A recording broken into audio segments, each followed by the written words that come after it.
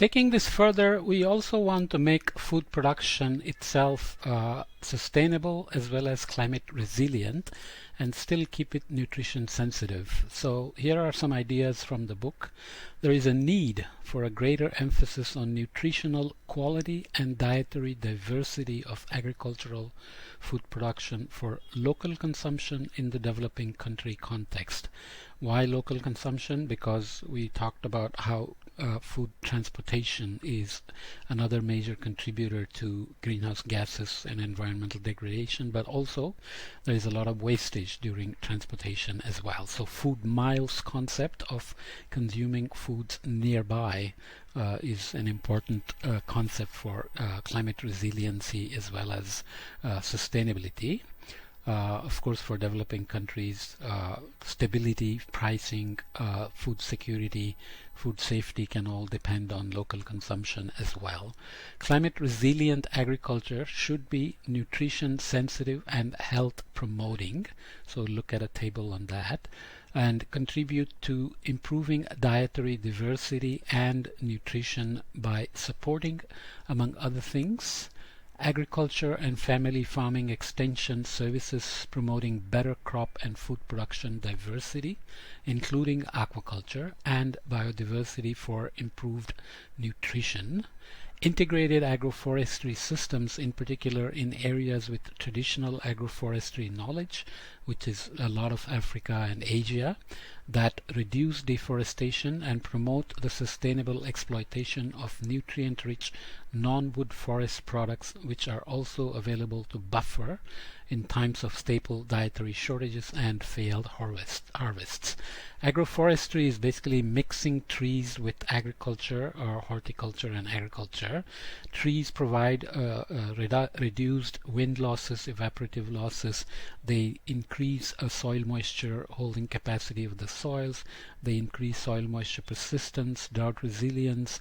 There is increased carbon sequestration in the soils because of increased soil moisture, and carbon also changes the structure of the soil to hold more nutrients. Crop yields go up. So this is really a win-win situation for in terms of sustainable, climate resilient, nutrition sensitive agriculture.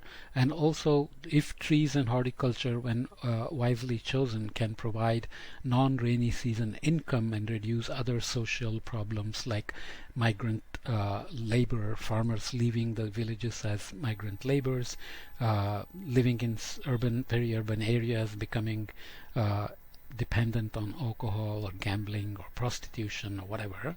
So those kind of things are also benefited by agroforestry. Integrated farming systems exploiting the synergies of horticulture, aquaculture, and small livestock rearing to reduce waste and expenses on agricultural inputs and increase food production diversity. Good agriculture and good veterinary practices to prevent food safety problems that affect health, nutrition security, and growth, such as diarrheal and zoonotic diseases and contamination with aflatoxins, pesticides, and other chemicals. Okay, so that's nutrition sensitive, climate resilient agriculture as well.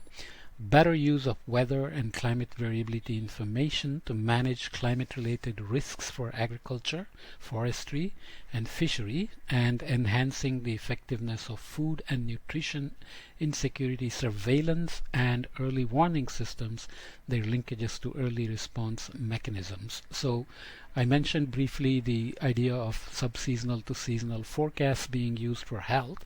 They're also being used for agriculture, especially for optimizing irrigation to save water, remembering that agriculture and food production uses 70% of the available fresh water.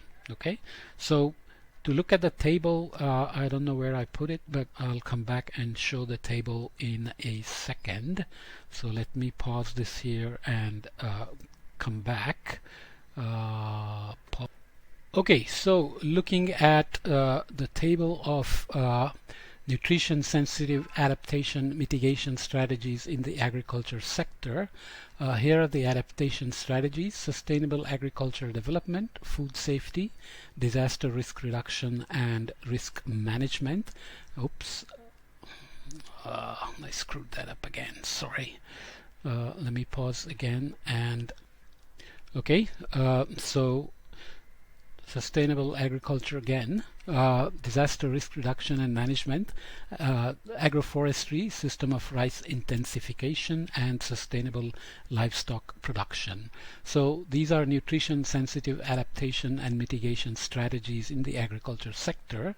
The initiatives here mentioned: family farming and homesteads, integrated farming systems, integrated agroforestry systems, promotion of crop and food production diversity, for food safety. So here the co-benefits include nutrition and health, and of course the environment. So you have vegetables throughout the year, production of self-consumption improves soil fertility, crop yield, creates employment opportunities, builds household sufficiency and increased dietary intake.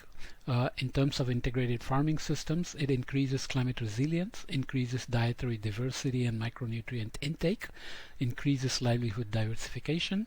Integrated agroforestry system leads to increases in biodiversity and micronutrient intake, enhances soil fertility and decreases soil erosion. Promotion of crop and food production diversity leads to increases in biodiversity and micronutrient intake. The co-benefits here running through these various initiatives: enhanced soil fertility, improved soil moisture retention, which I mentioned, reduces runoff, which goes with improved soil moisture, prevention of soil erosion, climate resistant crops can mitigate climate effects, enhances soil fertility, prevents soil erosion, increases biodiversity. Integrated agroforestry reduces deforestation, increases biodiversity, serves as protective barriers, reduces runoff, enhances local temperature regulation. These don't mention soil carbon, but that's a big benefit of these things as well. And there is increased biodiversity and enhancing of soil fertility by promotion of crop and food production diversity. Okay.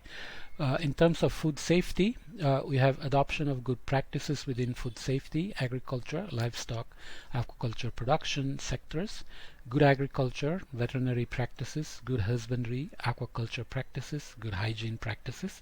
These are the initiatives. Co-benefits include promoting safe storage and good hygiene, and for the environment there is decreased food waste, which of course also contributes to greenhouse gases. Disaster risk reduction and risk management is done by mangrove repopulation and risk management. Silviculture systems. Mangroves are sources of diverse food, fuel, and medicinal plants and so on. They protect against sea surges, storm surge, inundation, coastal erosion. They protect fisheries, increase biodiversity. Tapping into indigenous knowledge promotes climate resilience. Exploiting local indigenous knowledge is found to be very useful.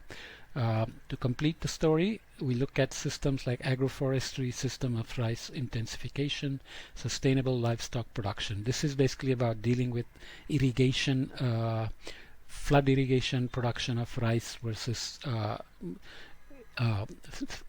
different ways of seeding them, growing them as seedlings and then replanting them and then not doing flood irrigation, etc. Okay. Improved here agroforestry, improved crop and grazing land management to increase soil carbon sequestration. Finally, costs may be offset by public or private sponsorships. In terms of co-benefits, soil carbon sinks, improved supply of fodder for fish and livestock, increased supply of fuel wood, improved soil fertility and water supply, increased diversity in diets, multiple harvests at different times of the year, and the climate benefits with increased soil carbon sequestration. Rice intensification leads to efficient rice cultivation methodology that yields greater rice output with lower labor, chemical, and water inputs. Higher crop yields improve food security and household nutrition, and environment benefits with lower labor inputs, reduced related emissions, improved nitrogen fertilizer management, reduce nitrous oxide emissions, which is a very powerful greenhouse gas with a long residence time compared to CO2. Sustainable livestock production is integrated approaches to farming and livestock rearing. leads to high biological value protein, improving children's health, nutrition, and development. In terms of the environment, it's sustainable intensification, reducing effects on deforestation, pasture degradation, resource use, improved diets, reduced fermentation in ruminants, digestive systems, and improve manure and biogas management. Anaerobic digestion of livestock waste to produce biogas can have small-scale anaerobic digesters used as a source of cooking gas in place of other higher emissions. Okay, so we'll come back and look at some of the other issues like access to maternal and child care and so on, which are related to food safety, security, and nutrition, and health outcomes. So as I said, this chapter is including so many things. They're all useful and related, but it feels a little crammed together, but we will run through anyways, just to keep them together as presented in the book.